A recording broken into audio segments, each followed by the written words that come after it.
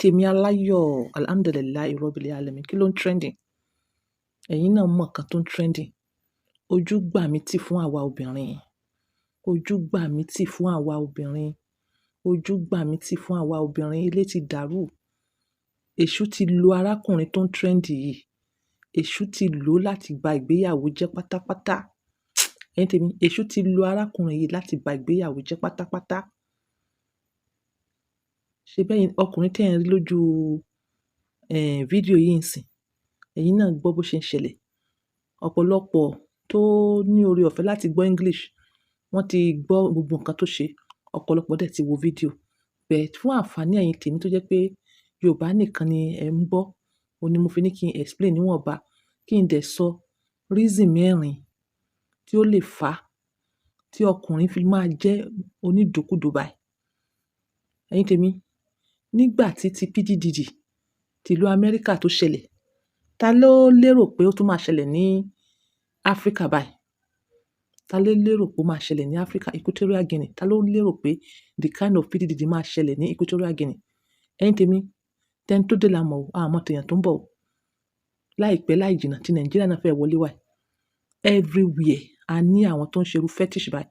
Everywhere. Gbogbo wa pátá ni mọ́là o. Gbogbo wa pátá báyìí òun ni mọ́là. Ẹni tílẹ̀ bá mọ́ bá ni bàrà wò. Check your behaviour. But ẹlẹ́dàá ò ní jẹ́ ká wa ṣe yánmayànmá báyìí. Ẹlẹ́dàá ò ní jẹ́ kí àwa ṣe yánmayànmá báyìí. Ẹlẹ́dàá ò ní jẹ́ kí àwa àtàwọn olólùfẹ́ wa ká ṣe yánmayànmá báyìí. Èṣù lo arákùnrin yìí láti ba ìgbéyàwó jẹ́. Èṣù lo arákùnrin yìí láti tán ìgbéyàwó. Èṣù lo arákùnrin yìí láti dójú ti obìnrin pátápátá. Àbí ẹ rí fídíò yẹn ni ẹ̀yin tèmi? Ẹ̀yin tèmi ẹ rí fídíò yẹn ni? Ẹ rí fídíò yẹn ni? Fídíò yẹn tẹ́ bá wo fídíò yẹn wàláhì ẹ fẹ́ vomit. Ẹ rí ọkùnrin ọyọ kan kó dẹ̀ máa mú obìnrin ení, èjì, ẹ̀ta, ẹ̀rin, àrún, ẹ̀fà, èje, ẹ̀jọ, ẹ̀sán, ẹ̀wá, mọ́kànlá, méjìlá, mẹ́tàlá, mẹ́rìnlá, mẹ́ẹ̀ẹ́dógún títí dé orí 400 and more. Obìnrin oríṣiríṣi, obìnrin oríṣiríṣi. Àwọn obìnrin ìlú mọ̀ọ́ká. Obìnrin ìyàwó, obìnrin pásítọ̀, ìyàwó pásítọ̀, ìyàwó ìlú mi, because ẹ lè sọ pé kí ló ń jẹ́ obìnrin. Ìyàwó ìlú mọ̀ọ́ká, ìyàwó pásítọ̀, ìyàwó àbúrò, àwọn cousin ẹ̀ lóbìnrin, àwọn ọmọ obìnrin tó jẹ́ ọ̀rẹ́ àbúrò tiẹ̀. Ó mú obìnrin, ó mú ọmọ president, ó mú obìnrin, ó mú àbúrò president ìlú wọn. Àwọn tó yẹ kó wà ní ọ̀dẹ̀ kó máa monitor wọn. Arákùnrin sì mú gbogbo wọn, ó sì tò bá sùn fún wọn. Ó sì tò bá sùn fún wọn. Ó dẹ̀ fídíò. Bẹ̀yìn tèmi, there's one particular thing tí mo notice. Mo ṣe ń bọ̀ lórí pé kí ló lè fà o. There's one particular thing tí mo notice. Ó ní pé ọ̀pọ̀lọpọ̀ àwọn obìnrin tó ń bá sùn yìí, gbogbo wọn nínú wọn ń dùn. Gbogbo wọn wọ́n ní consent sí ìbálòpọ̀ yìí. Nínú gbogbo fídíò tèmi ti wò, the only person tí mo rí pé ó fún àwọlé tó ṣe bí ẹni pé kíní yẹn dùn, tó ń dùn, I'm telling you, gáà ló wọ̀ kò wọ́ pátá. So condition tó wà, òun ló jẹ́ kí ó máa fún that is ó wà nínú oyún. Obìnrin máa yìí, ó dó aláboyún. Aláboyún oríṣiríṣi ló ń dó. Ó sì níyàwó. Ó ní ọkùnrin 4 ní ọmọ, ó sì ní obìnrin kan. Àwọn ọmọ tó fine. Bẹ́ẹ̀ náà sì ni gbogbo àwọn ọmọ ẹ̀ ló jọ. So which means pé ìyàwó rẹ̀ ó sòótọ́ fún un. Why tí òun dẹ̀ wá mú ìyàwó tó wá ń bá sùn? Káì, ojú gbà mí tì fún àwa obìnrin. Wàláhì ojú gbà mí tì. Fún ìdí èyí, ìwọ arákùnrin, check ìyàwó ẹ dáadáa. Reason ọyọ kan tó certain. Ẹ try láti wo fídíò yìí tí arákùnrin yìí tí wọ́n fi sọ wípé ó ń ṣe ìwà yìí. Reason ọyọ kan tó certain. Màá mention reason mẹ́rin tó lè fà, but the last reason ó certain tí arákùnrin fi ń ṣe irú ìwà yìí. Ìwà alákọ̀ọ́kọ́ sharp. Ó ní pé hormone tá ń pè ní hormone ọkùnrin, mùdùmúdù ọkùnrin, ó pọ̀ lára arákùnrin yìí. Mùdùmúdù yẹn òun ló jẹ́ kí nǹkan ọmọkùnrin ẹ̀ kó rí gọbọi. Yes, nǹkan ọmọkùnrin ẹ̀, Ọlọ́run fún ní kìmí ńlá. Ọlọ́run tún wá fún ní energy nítorí mùdùmúdù tó ń jẹ́ mùdùmúdù ọkùnrin. Ó 54 years old. Ẹ̀yin ẹ wo ṣàn ẹ̀. ẹ̀yin ẹ wo capability ẹ̀, èmi ò praise ẹ o, ó níbi tí mo lọ o. Níṣẹ́ tó yẹ kó mọ control oko rẹ̀ ló ń control ẹ̀. Níṣẹ́ tó yẹ kó mọ control mùdùmúdù tá à ń pè ní testosterone yìí, mùdùmúdù yìí, ọkùnrin yìí gbà láàyè, ó careless, ó jẹ́ kí mùdùmúdù yìí kó mọ control. Ẹ̀yin tèmi, irú àwọn èèyàn púpọ̀ bẹ́ẹ̀ yẹn wà ní Nàìjíríà. Mo ní tẹni tó dé la mọ̀, àmọ́ tẹ̀yàn tó ń bọ̀. Ṣé rí tí ọkùnrin yìí tó ṣe ṣẹlẹ̀, ọ̀pọ̀lọpọ̀ wọ́n wora wọn nínú ọkùnrin yẹn, wọ́n mọ̀ pé ìwà táwọn náà ṣe ni. Ìwọ ni kó mọ́ra rẹ pé kò lè ṣẹlẹ̀. Ó ń ṣẹlẹ̀ nílùú Nàìjíríà tàwa. Ó ń ṣẹlẹ̀ dáadáa. Ìyẹn nìyẹn. Number 2, ó ní pé báwo ló ọkùnrin yẹn ṣe bàlágà? Ọwọ́ ta ló bàlágà sí? Because nínú fídíò yẹn, I realize pé majority of àwọn victims yẹn, mi ò lè sọ pé victims, they are not victims. Majority of àwọn partners tí wọ́n jọ ń dóra wọn yìí, married women ló pọ̀ jù ńbẹ̀. Married women. So báwo ló ṣe bàlágà? Ta ló bàlágà lé lọ́wọ́? Ṣó bàlágà lé bóyá àwọn sister mummy, àwọn family ní mummy, àwọn area sister, àwọn ìyàwó àdúgbò?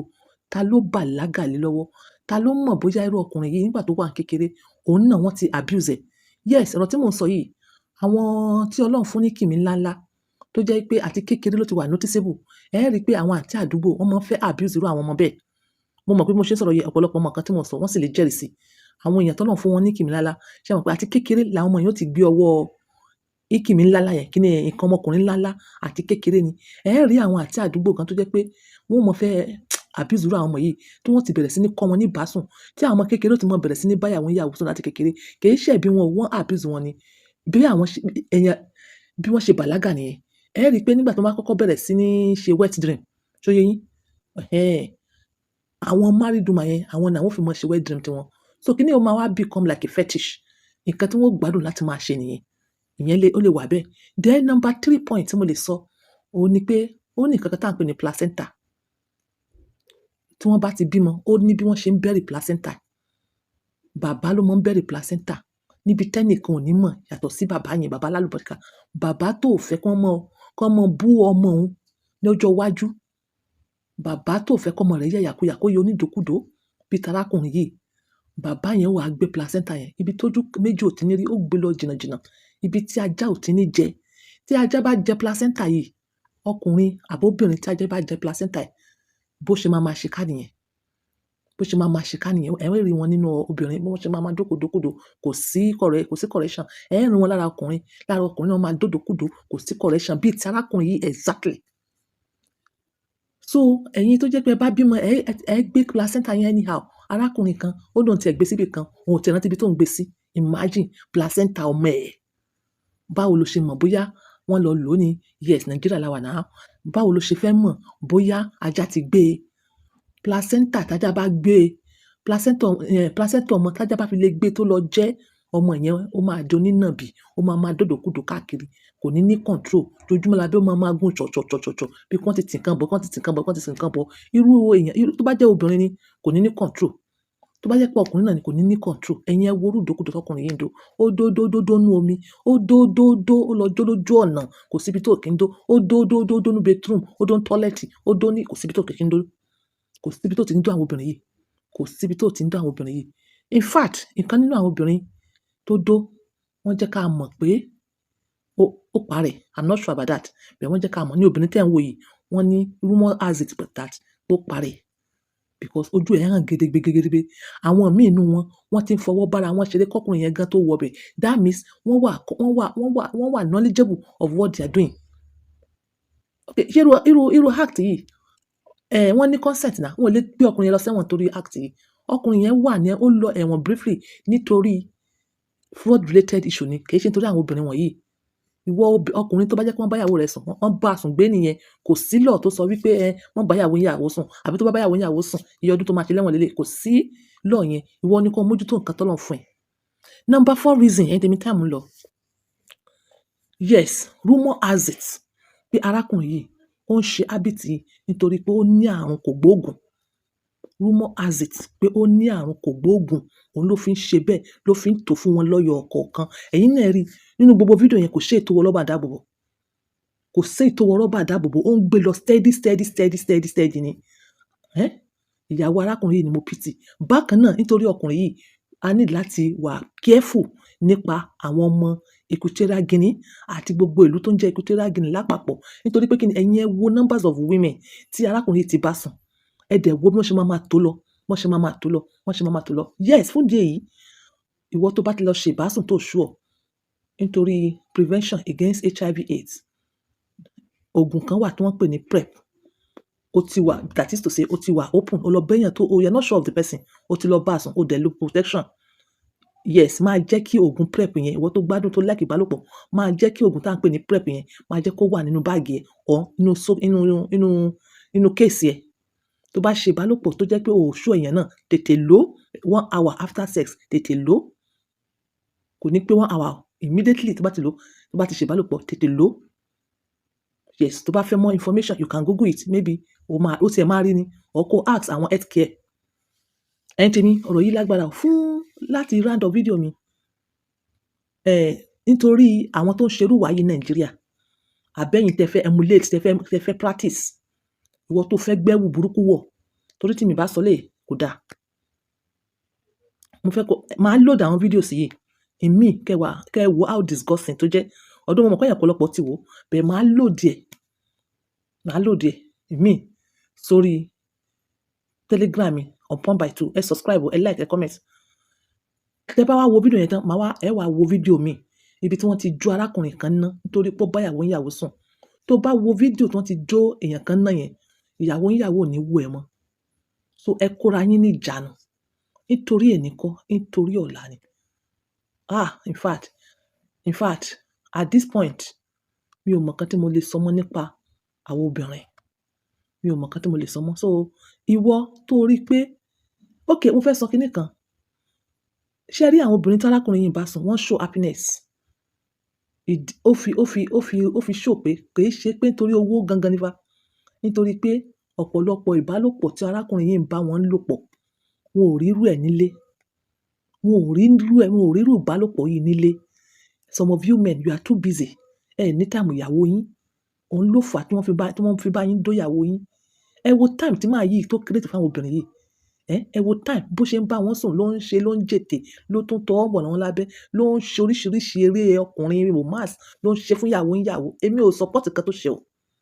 Especially bó ṣe ń bá obìnrin olóyún sùn. That was disgusting. Ẹ ní time fún ìyàwó yín.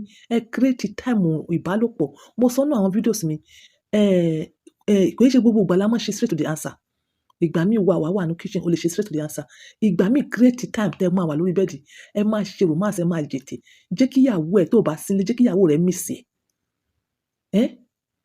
Time attention ni arákùnrin yìí fún àwọn ìyàwó wọn yẹn. Ẹ̀yin ò ní time fún ìyàwó yín. Ẹ create bẹ́ẹ̀ ṣe ń gbọ́ mi. Ẹ create time fún àwọn ìyàwó yín. So fún ìwọ ọkùnrin, nítorí o lè create time because o ní energy. Ìdákọ́lẹ̀ ó ti ṣe é léṣe.